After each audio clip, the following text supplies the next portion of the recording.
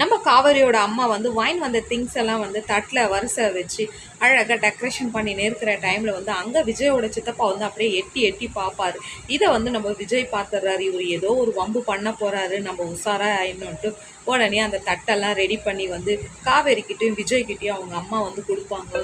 மாப்பிள்ளை எங்களால் நிறைய செய்ய முடியல, அதனால எங்கள் வசதிக்கு தகுந்த மாதிரி நான் செய்திருக்கிறேன்ட்டு உடனே கொடுக்கும் போது அப்போ விஜயோட தாத்தா சொல்லுவாங்க, இதெல்லாம் செய்யணும்னு ஒன்றும் இல்லைம்மான்னு இருக்கட்டுங்க, உங்கள் பெரிய நல்ல மனசு எனக்கு நல்லாவே தெரியுது, நாங்கள் எப்படி வெறியும் கையோடு வருதுன்னும் போது அங்கே 2 ரிங் எடுத்து வந்து விஜய்கிட்ட கொடுப்பாங்க.